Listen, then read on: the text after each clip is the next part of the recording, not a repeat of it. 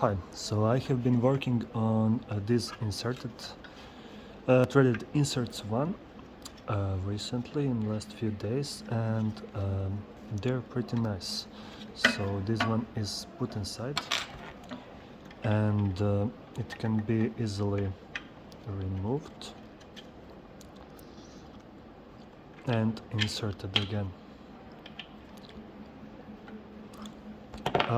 It's a bit flexible material, so when it clicks, it cannot be easily rotated by hand, but with a tool or with something like this, like pliers, you can easily put it inside. So it's pretty durable, it can withstand several locking and unlocking.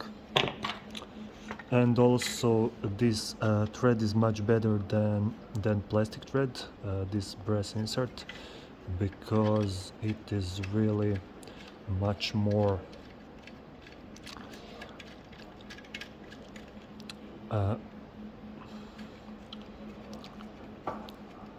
it holds a lot of power and cannot be easily stripped. So I believe this is a good solution with this insert, and so we can create this with inserts. And additional one you mentioned that has to be without thread, it can be like this.